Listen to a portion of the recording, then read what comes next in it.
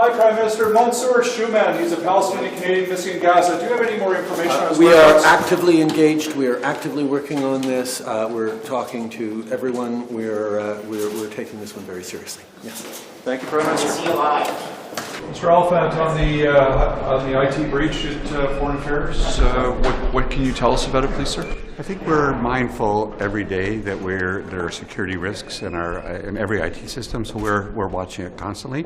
They're taking it very seriously, and other than that, because of security and privacy reasons and all of those things, I won't comment further. Could I ask, though, do we see this as a state actor causing this issue, or? I can't comment. There'll be security risks in any comment on that. So all I see is we take it very seriously, and it was a set of activities that I think are serious, and it reminds us of cybersecurity every day. Given remote work in this city, is your staff okay? Foreign Affairs staff okay trying to come back into the building? There are a lot of people who want to stay at home. And I should ask you about Mansour Shouman. I think those are decisions that the Deputy Minister will take, and those are PCO decisions that talk about how work at home happens. Right now, they have taken all the steps we need to secure our system. And Mansour Shouman, the missing Gaza? Do you have any more information about this missing Canadian in Gaza? So what I'd say on that is we're very aware. Consular officials, as well as my colleague Pam Damoff, is extremely concerned on this issue. We are taking every step possible about anybody who is missing. On this particular case, I can't comment because of privacy reasons. Okay. Are you in touch with your Israeli counterparts? Because it seems that he was taken into custody. Is there anything that we know? I can't comment on it, except that we are in contact with every possible body that could have information. Okay. Do we know if he's alive? I can't comment. Okay. Thank you. How much money do we still have to send to them? Please clear out. It's all confusing. It's not confusing. So explain. We have instituted a pause on all funding to UNRWA. But they How more clear can I be? And so they received some already, and the next payment is supposed to come when?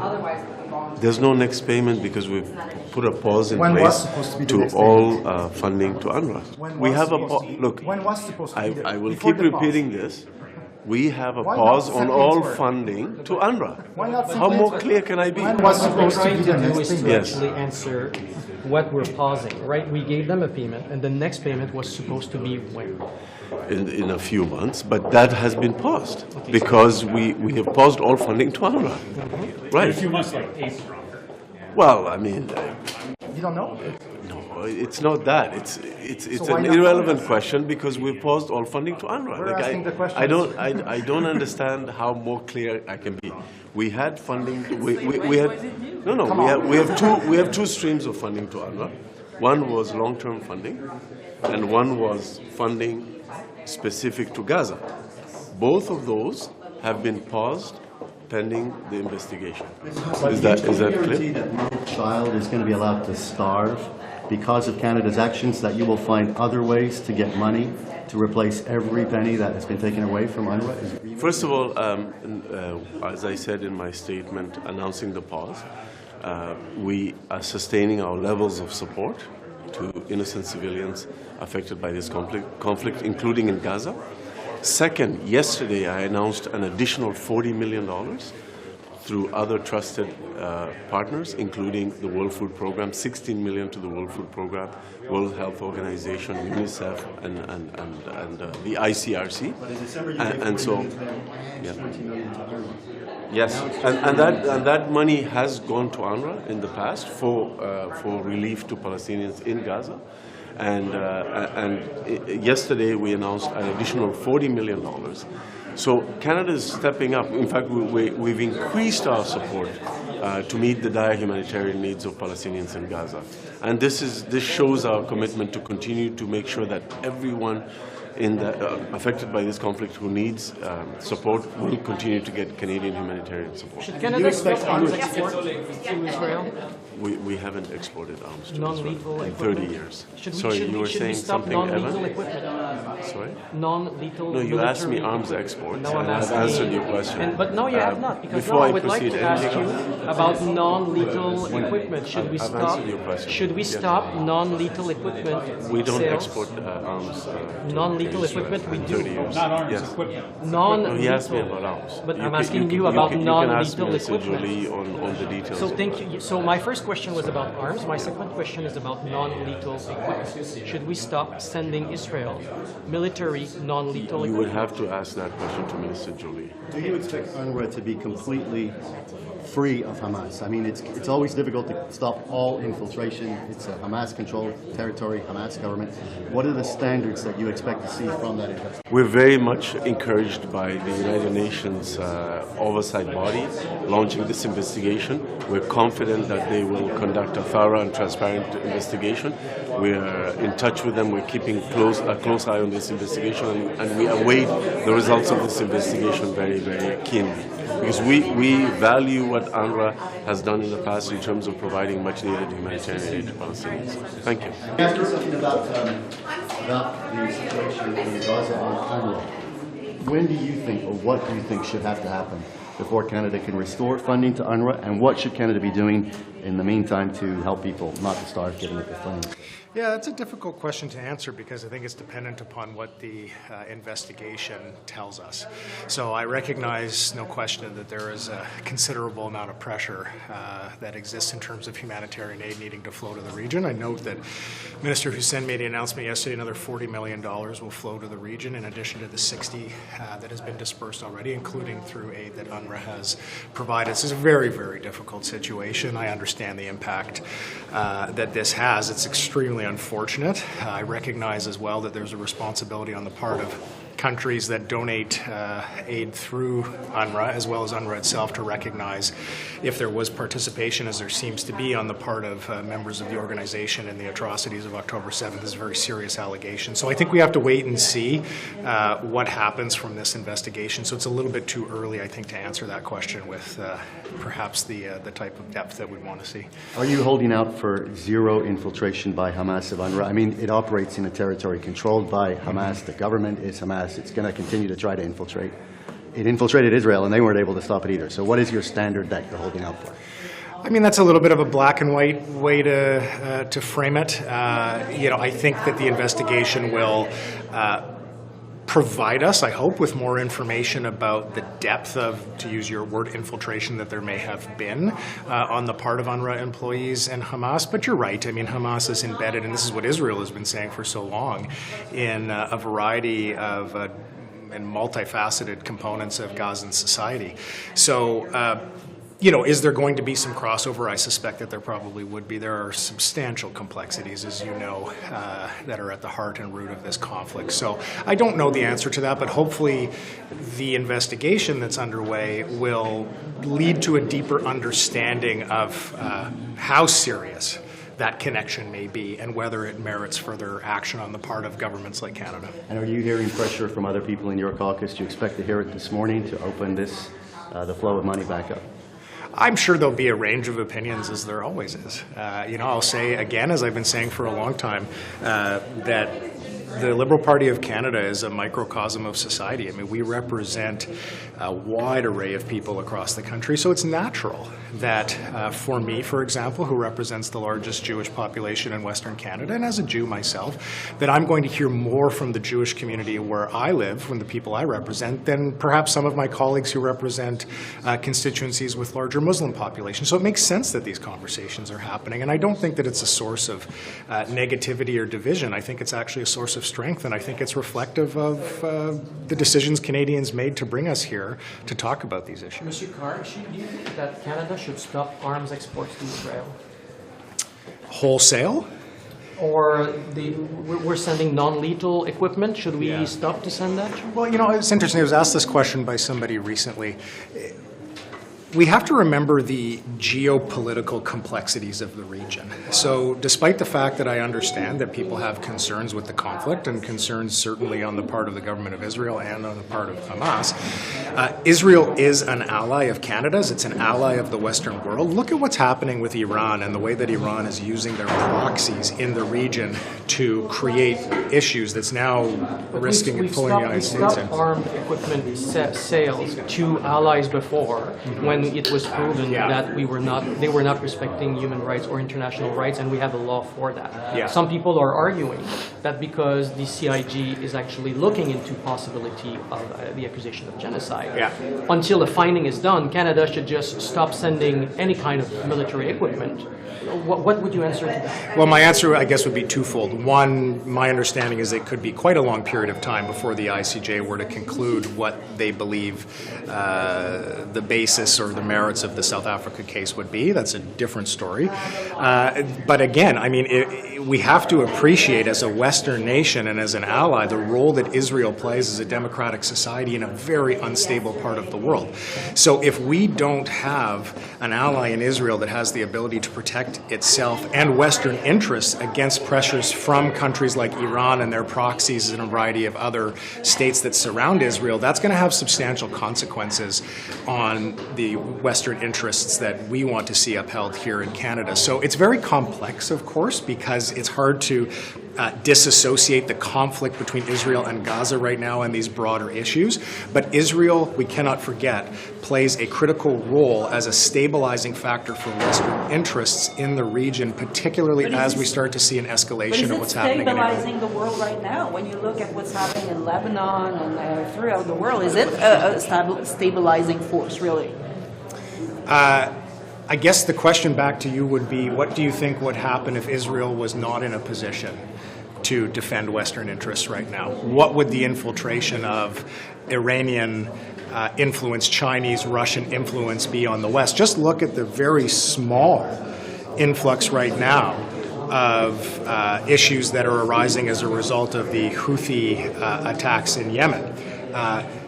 If Israel is not positioned, as I mentioned a moment ago, to defend Western interests as a Western ally in the region, this spells really bad news for Canada, for the United States, and for our allies around the world. So you're feeling that Israel right now is defending the Western interest?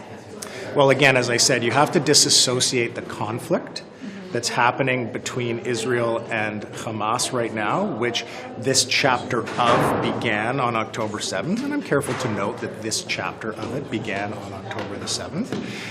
But at the same time, as that conflict unfolds, Israel still plays a vital role in protecting Western interests from our adversaries, like the Iranians and their proxies in different parts of the region. So I know sometimes it feels simple to characterize it or frame it in that black and white of Israel and therefore Gaza, but we have to remember that Gaza is a part of what Israel is engaged in right now, but the broader role that Israel plays in defending Western interests is important, and that's why it's really important for us to maintain our relationships there as well. Despite the fact, as I've said publicly, I personally have substantial concerns with Netanyahu, with Netanyahu's government, with what I'm seeing around settlements, with what I'm seeing with radicals in Israel on the right of the political spectrum right now that are putting maps up of Gaza that have Israeli flags on them. I mean, I do not support this. But as I've said before, it's very, very important that we remember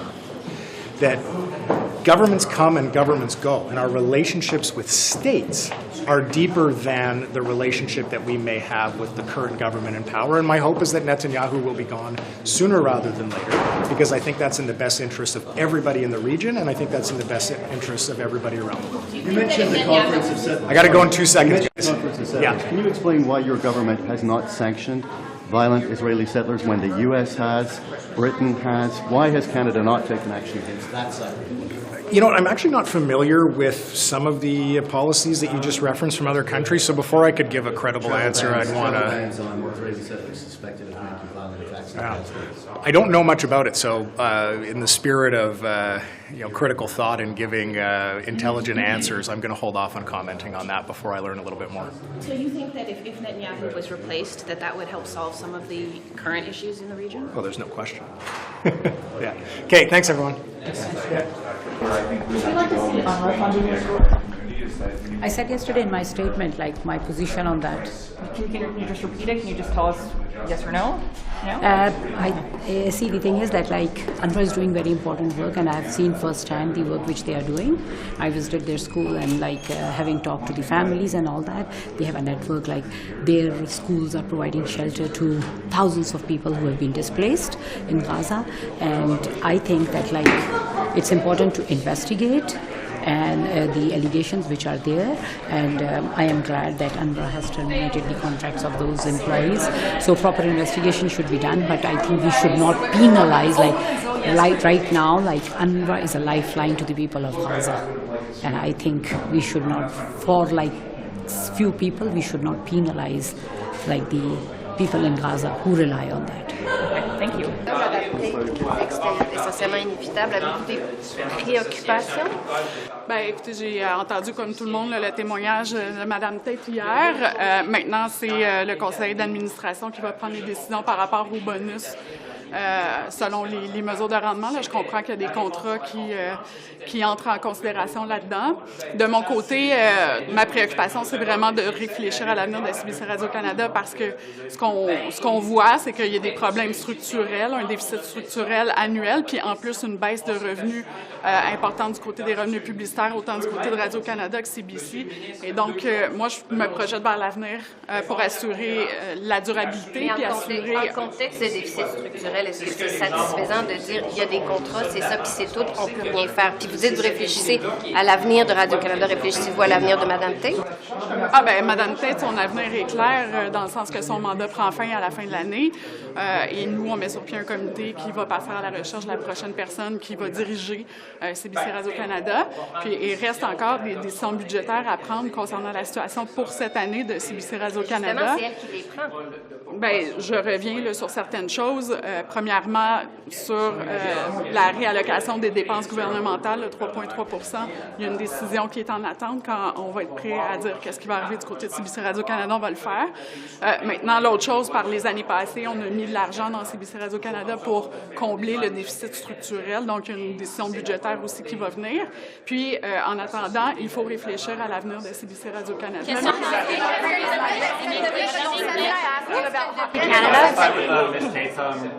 Okay, in English, what I just said about okay. So right now the decision around bonuses is up to the board of administrators at CBC Radio-Canada. What I'm looking at and what's on my end is the pending decision around the 3.3% reallocation of expenses for all departments, government departments, so there's a pending decision on that. And of course, what I'm thinking about is the future and the sustainability of our public broadcaster because they are facing the same media crisis that every other media is facing. They're seeing a reduction in their advertisement revenue, and we need to think about the future of CBC Radio-Canada in that new context, and this is the job that I'm going to be doing. Can I ask you a question about Public Canada? You've been very strong in the past, even as soon as May, about calling for a public inquiry. That is not the decision that the Ministry of Sport is making right now. Can I ask if you have any comments on the need for a public I'm going to let the Sport Minister answer. Do you have any more information? Very few Canadians that are eligible even think they're getting it. The first thing I should say is we always try to do better when it comes to communicating on issues, on an issue like climate change. We've launched before Christmas a new climate literacy campaign in the media. It's a complex issue, and in terms of the payments, I mean, it is. We are working to ensure like different financial institutions will label it differently in terms of the transfers that people get. So we are trying to make sure that people understand how it works in Canada.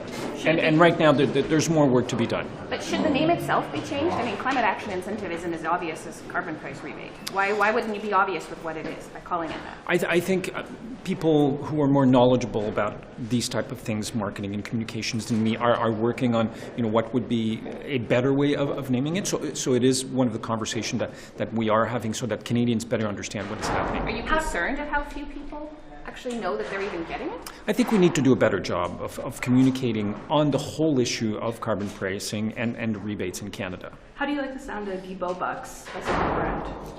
I'm sorry? How do you like the sound of Guibault bucks as a rebrand? Well, as I said, there are more experienced and knowledgeable people on these issues than me, so I'll leave it to them to answer these type of questions. Hand out C'est big bon? checks with your picture on it? I don't think so. Merci. Why are you supporting this legislation? Because, look, I've supported it since second reading and also third reading. I think it talks about particularly important for farmers in my riding where there's challenges around alternatives to be able to move to other fuels. I understand the government's positioning, and I'm fully supportive of carbon pricing. In fact, part of where I think we have to go and explain to the agriculture community is that when you look at what's happening in Europe with carbon price border mechanisms in terms of adjustments, that is a reality. So when Pierre Poilievre talks about cutting carbon pricing altogether in Canada, that could have consequences in our trading relationships moving forward. One thing that I think I really support is the 3 years, if that was something we want to go. But I mean, the Conservatives are moving the motion. I've told my agriculture community I'll support the bill, but I also understand where the government position is, and we'll see what happens. It seems like this bill might get mired down in a whole bunch of proceduralness, for lack of a better word, with, you know, if this motion fails, it's not clear what happens. If this motion passes, it goes back to the Senate. We could have a bit of ping pong. Are you concerned that this bill is sort of just destined for just to die on procedural?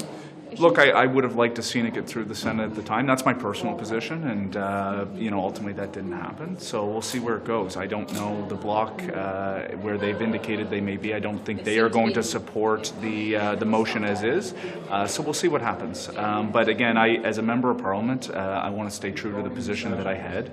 I think carbon pricing, it's an important discussion that we've had. We've made adjustments that I think the government has been correct in doing.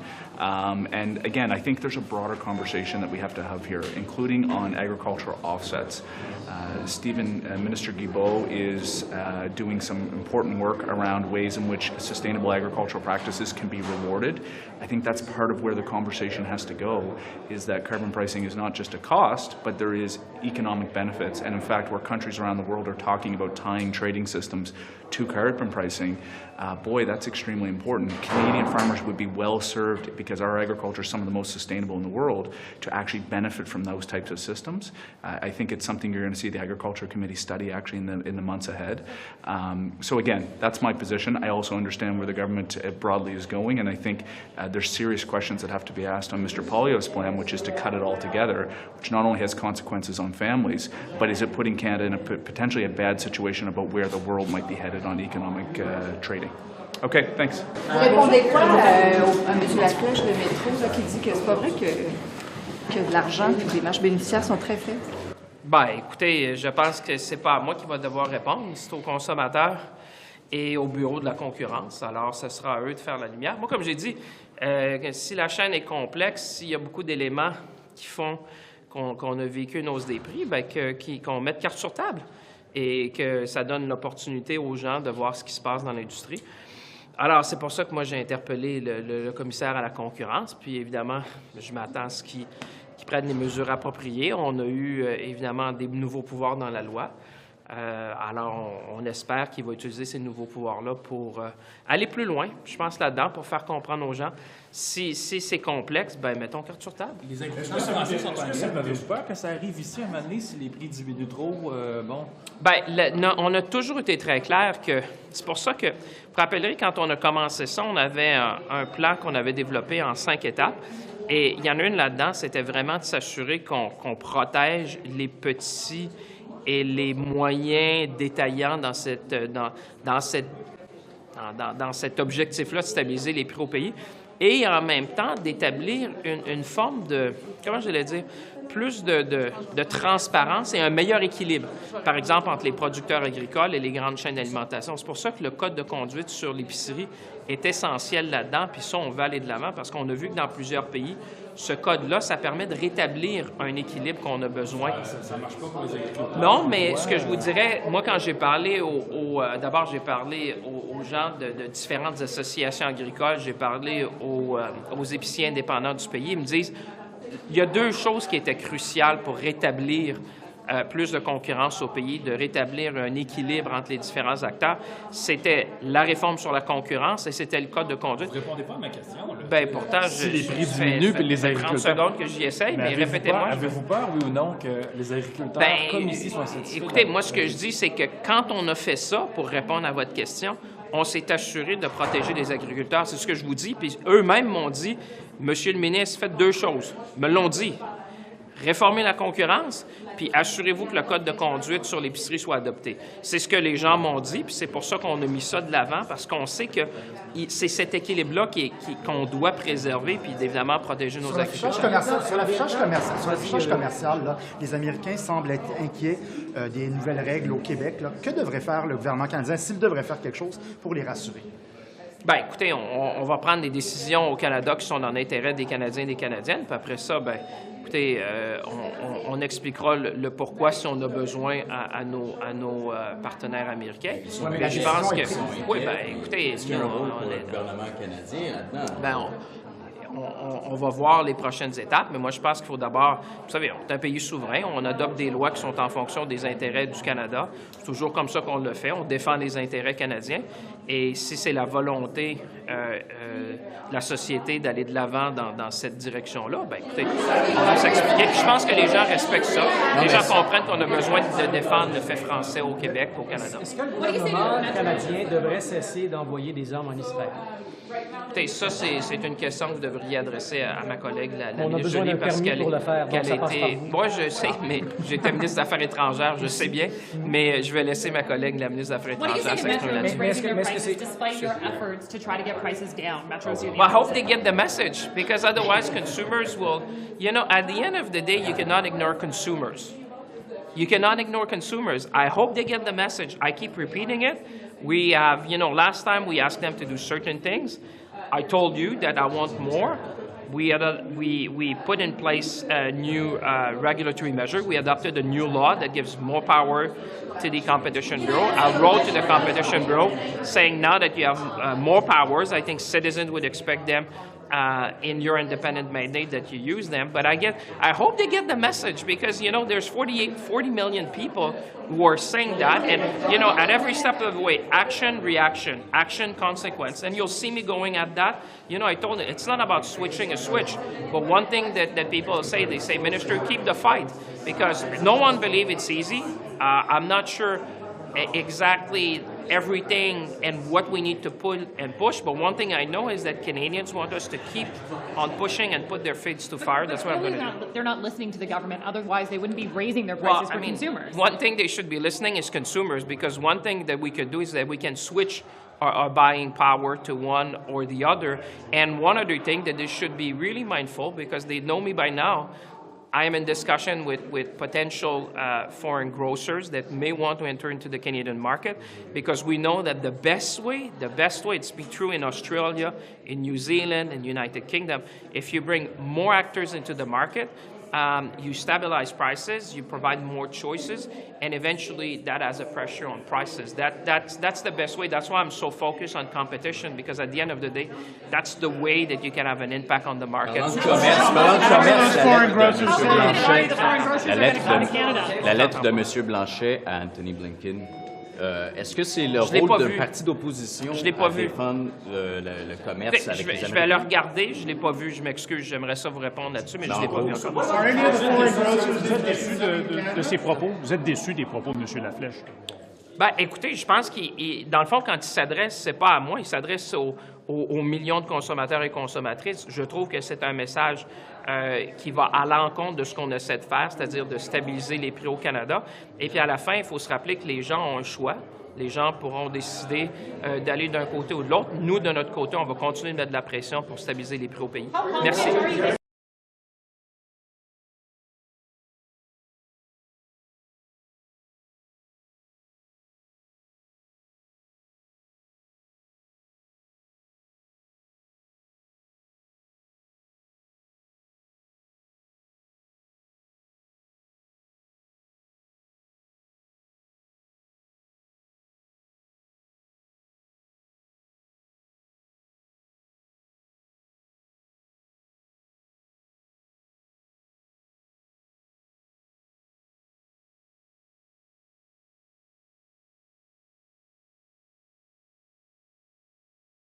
M. Lametti, dans son discours de départ, a déclaré que ce serait peut-être une bonne chose de changer la Constitution pour empêcher l'utilisation de la clause dérogatoire de manière préventive.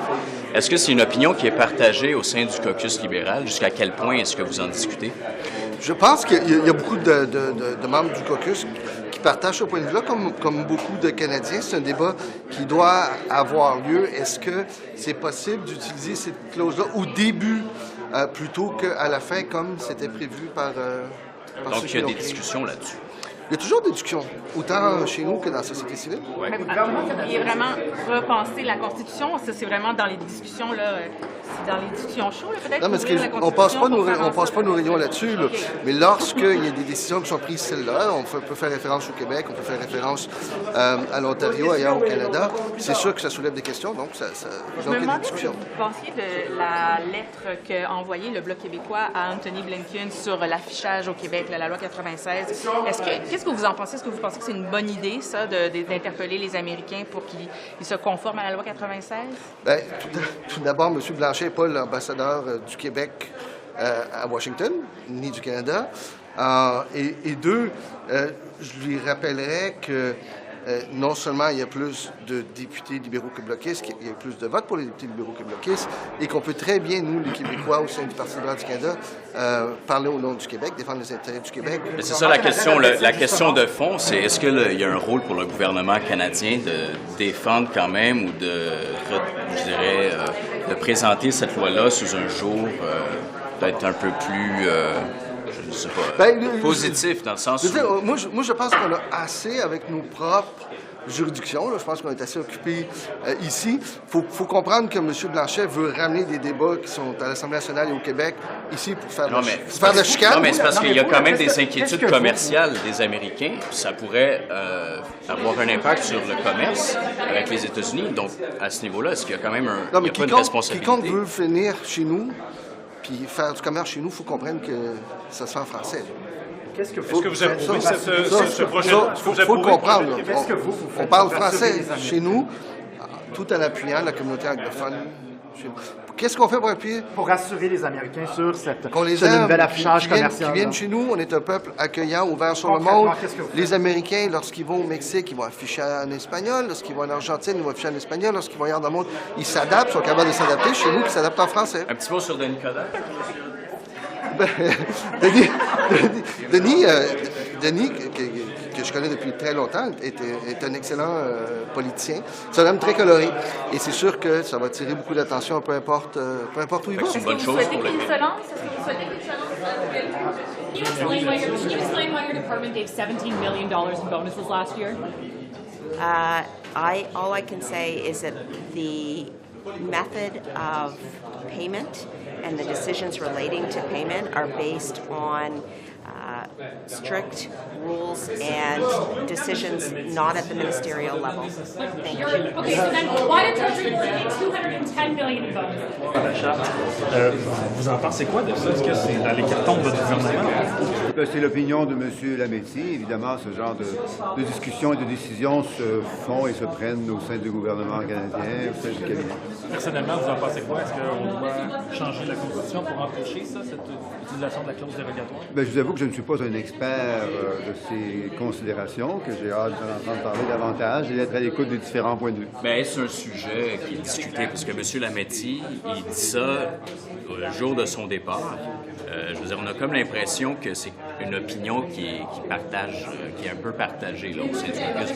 Il faut comprendre que M. Lametti est un juriste de grande renommée. Il était prof à McGill avant d'arriver au gouvernement canadien. Il a étudié ces questions de long en large, donc il a sa propre opinion.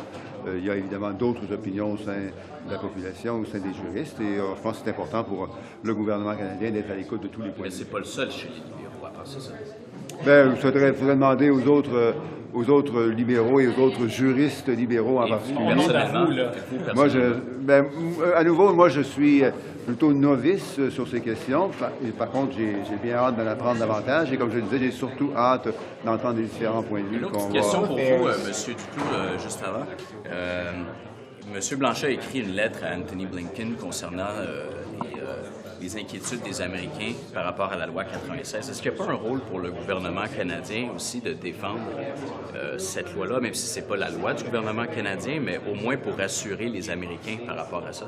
C'est sûr que le gouvernement canadien a un rôle et on le joue de manière très active pour faire comprendre à nos voisins et partenaires américains les spécificités du Canada. On le fait lors de la renégociation de l'ALEA. Il y a des considérations que le gouvernement américain ne comprenait pas bien au départ, y compris des considérations culturelles et spécifiques au Québec. La loi 96. Bien, évidemment, le gouvernement du Québec a sa propre responsabilité. C'est une décision et une loi du gouvernement d'une province, le Québec dans ce cas-ci, et c'est donc normal que le gouvernement du Québec veuille, s'il le souhaite, faire ce travail. Mais le gouvernement canadien a la responsabilité auprès de nos partenaires américains de faire connaître et de défendre nos spécificités et nos intérêts. Global Affairs yesterday reported a security breach at the department. Was sensitive information compromised? Well, you would need to ask my colleague, Minister Joly, about the matter that you are rightly asking about. Okay, but it was a system that was managed by agency within your department, Shared Services. Probably supported by Shared Services Canada, which provides the platform, the management of the platform, and the enforcement of all of the policies that must be there to protect the safety of information is the responsibility of the department that uses that platform. And it's Have you been informed about the data breach? We have been told about the data breach. We have been told also that GAC is obviously doing the necessary and important work. Okay, and what can you tell us to assure Canadians that this highly sensitive government department hasn't compromised important information that was shared with Canada from our allies or that Canada was trying to share with our foreign What I can assure Canadians is that these matters are taken very seriously. Shared Services Canada is obviously part of the platform development, enhancement, and the set of protection measures that must be there, and obviously working closely with GAC because, as you say, protecting the integrity of information and sensitive information is a matter of absolute governmental responsibility. And what's going to change from this incident? Have changes been Well, made? we'll look forward to knowing more, and for you to know more, asking Minister Joly and Minister Joly's office, and then we can update the Canadians whenever that is appropriate and time. Thank you.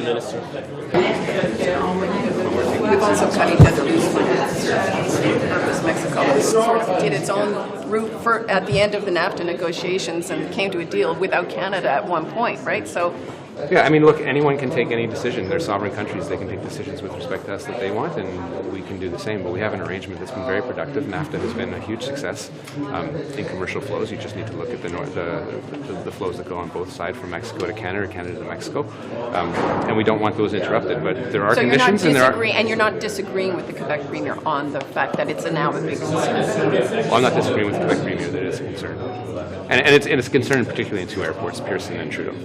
On a senti baisser les attentes hier pour l'argent que vous allez annoncer bientôt pour les demandeurs d'asile. Non, c'est pas une question de baisser les attentes, c'est une question de faire du travail selon mes autorités, ce qui inclut les demandeurs d'asile en ce qui a trait à l'hébergement, tout simplement.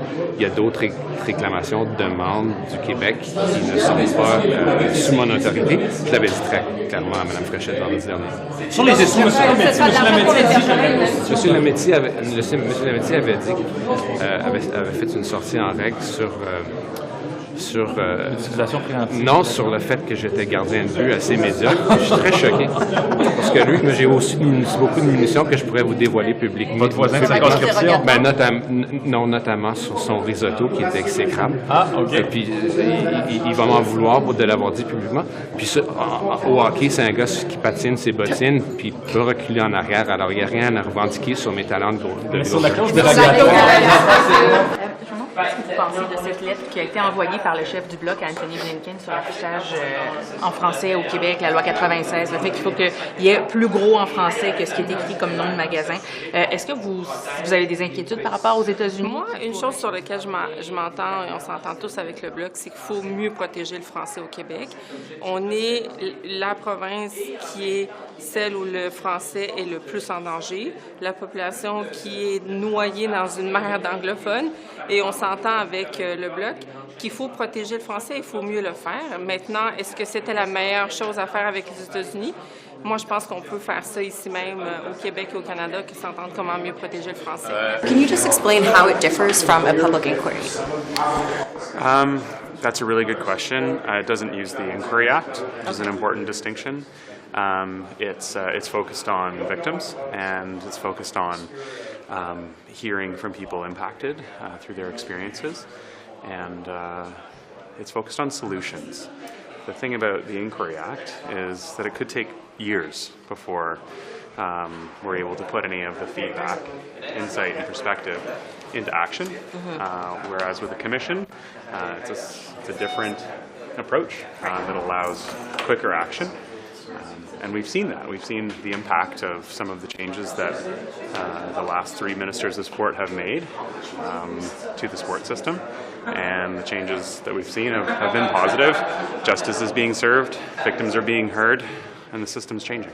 But the thing with the public inquiry is that it would have the power to subpoena organizations such as NSOs like Hockey Canada that would otherwise be voluntary for a commission. Isn't that an issue if you're trying to hold abusers and those who've been corrupt in the system to justice? We've seen the impact of the committees being able to bring these organizations forward and compel them to provide evidence, and that's been really, really impactful.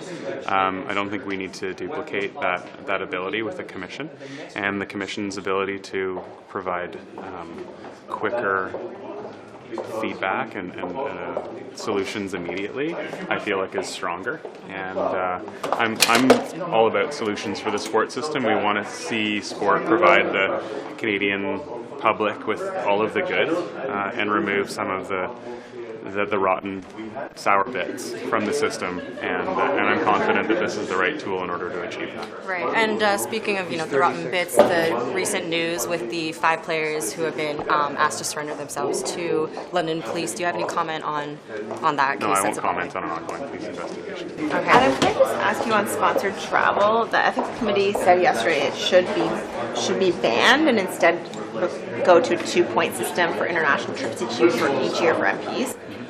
Do you support that, or? As I've been a parliamentary secretary since I got elected, so I've never been on a sponsored trip before, and having never taken a sponsored trip. I mean, I've been on trips before I was in politics with organizations that did international humanitarian aid work, and I can say that those opportunities were valuable, and I presume that there's probably very valuable trips that MPs can benefit from. But we also have lots of points, so I don't think it's too much to ask if you want to take a trip overseas to either use a travel point, like you said, or to use some of your points. So, yeah. Got it. Thank you. How you feeling about that? Fine.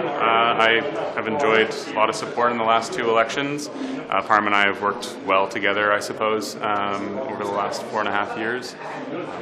Milton is being split into 2 ridings, and my intention is to, there's a redistribution process underway right now, and Milton will be split into 2 ridings, an East riding and a West riding. Okay. Which one are you running? My home and my office are both in the west side, so my intention is to run on the west side. That it will include more of Burlington than I currently have. Okay. And Mr. Gill will make his decision, but so it's not for sure that you'll be head-to-head with him, I guess. No, there's lots of ridings.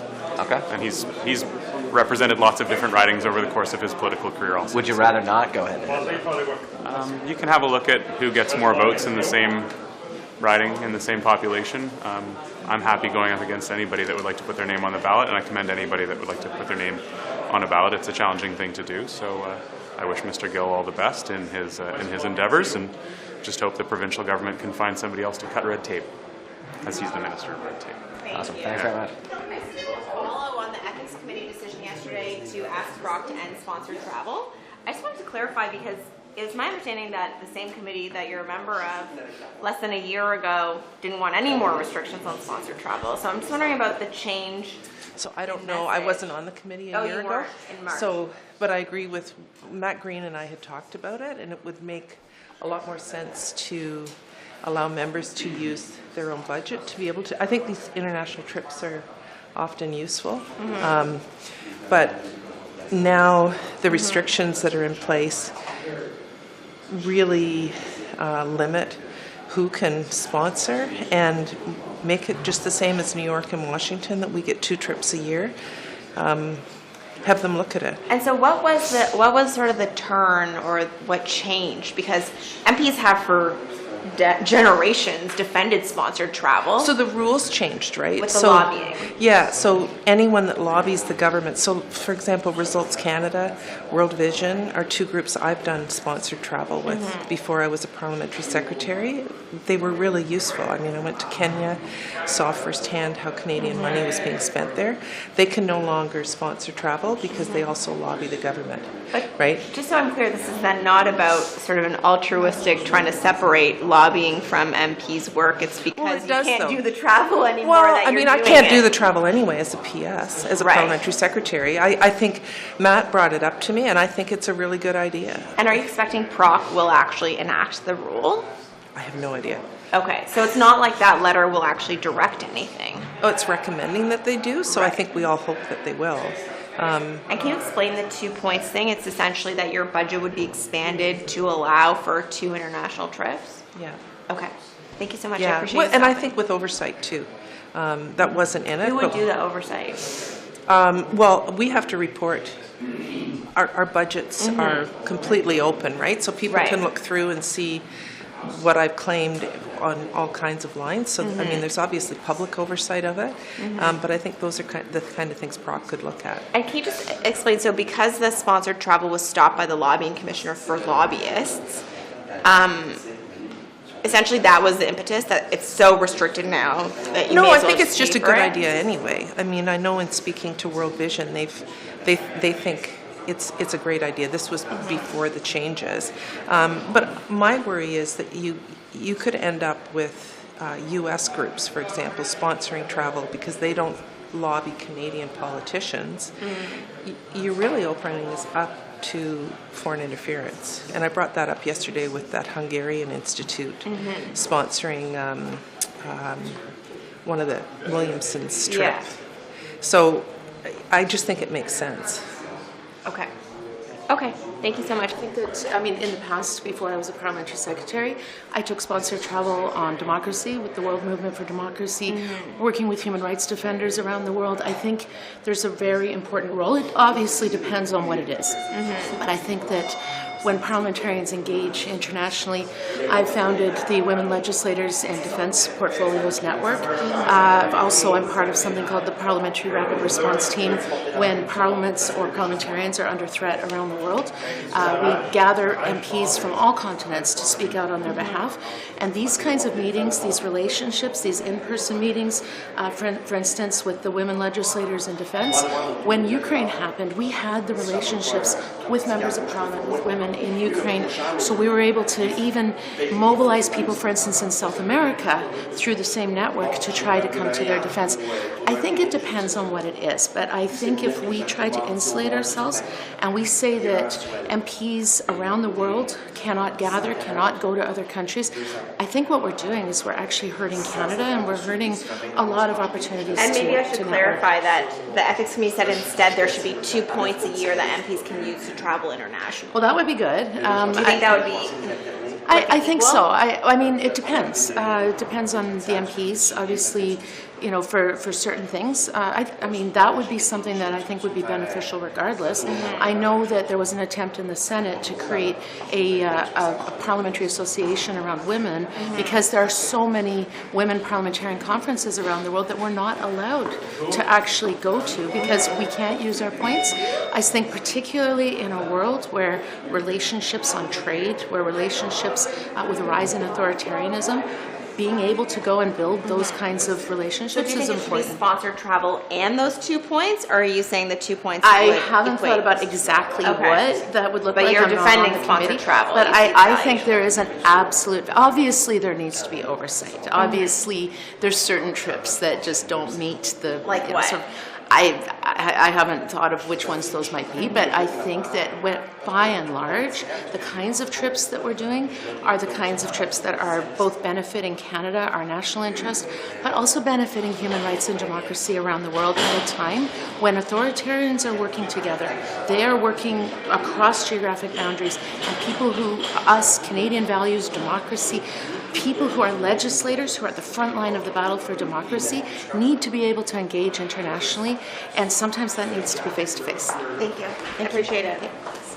Mr. Miller, Scott Ford says he's going to clean up the situation with international students in housing. Do you believe that? Well, I think we have to presume good faith. Clearly, there is a problem in Ontario. I've had discussions with Jill Dunlop, productive ones, but there is work to do. I think this is an opportunity to do things the right way and to really make post-secondary education something that is a quality proposition and not a quantity one, which is what it is today. There are some incredible institutions in Ontario. They deserve the best funding. They also deserve the best students, and unfortunately that isn't the case. Not a case that's isolated to Ontario, but we'll work with the Ford government to clean it up, because it is a mess and we need to... Do you trust him? Do you think he's capable of actually cleaning this up? Well, I have no choice at this point, but I think we'll have to, the proof will be in the measures that they put forward. There's clearly some institutions that shouldn't exist. We'll see if they get shut down. But again, I don't want this to be on the back of kids, of students. So there'll be some work to do in making sure we do this in a humane way, in a humanitarian way, but it absolutely needs to be cleaned up. One more thing, Liberal fundraising is down. It's half as much as Conservatives right now. Are you worried about this? Nope. Why? It's not. I mean, Conservatives notoriously go for volume. They go for themes. They go for issues. They fundraise off the backs of on particular issues. We don't. We have broader nets that we cast when we fundraise, and we also don't spend it internally as much as the Conservatives do. So, they'll play their game, we play ours, but, eventually if people want to put their money where their hearts are, they should look to us. I think we're a government that's proven a lot, and I'm not worried tremendously about fundraising numbers. Are you worried about the Liberals fundraising? Are you what? You have less half the amount of fundraising as the Conservatives. Are you worried? No. Honestly, I think you don't measure support just by fundraising. You measure support by the fact that you're working for people and what people say on the ground. So honestly, I'd say things are, Canadians are hurting now. They're not really talking about fundraising. They're talking about people who do things for them. And that's the focus we should have. But they're fundraising for the Conservatives. Listen, if that's a measure that you want to take, yes, I'd rather focus on grocery, on housing, and what matters to Canadians. But let them do their stuff. Merci. Speaking of grocery stores, any thoughts about Loblaws and Manulai merging, and are you concerned about whether or not that will reduce the... they don't get the message. We want more competition in this country. We want more options. We want more choices. So that's not going in the direction we want to see. And certainly, I hope with this question and this interview that they'll get the message that we should always strive for Canadians to have choices, because we know when they have more choices, that is a benefit to consumer, and that's what I'm fighting for every single day. So what's the follow-up? Because you're concerned, obviously. We'll be watching the situation carefully. I just became aware of it as Canadians have been, and I'm sure also that other authorities that have jurisdiction over that will be looking into that carefully. Okay. Merci tout le monde.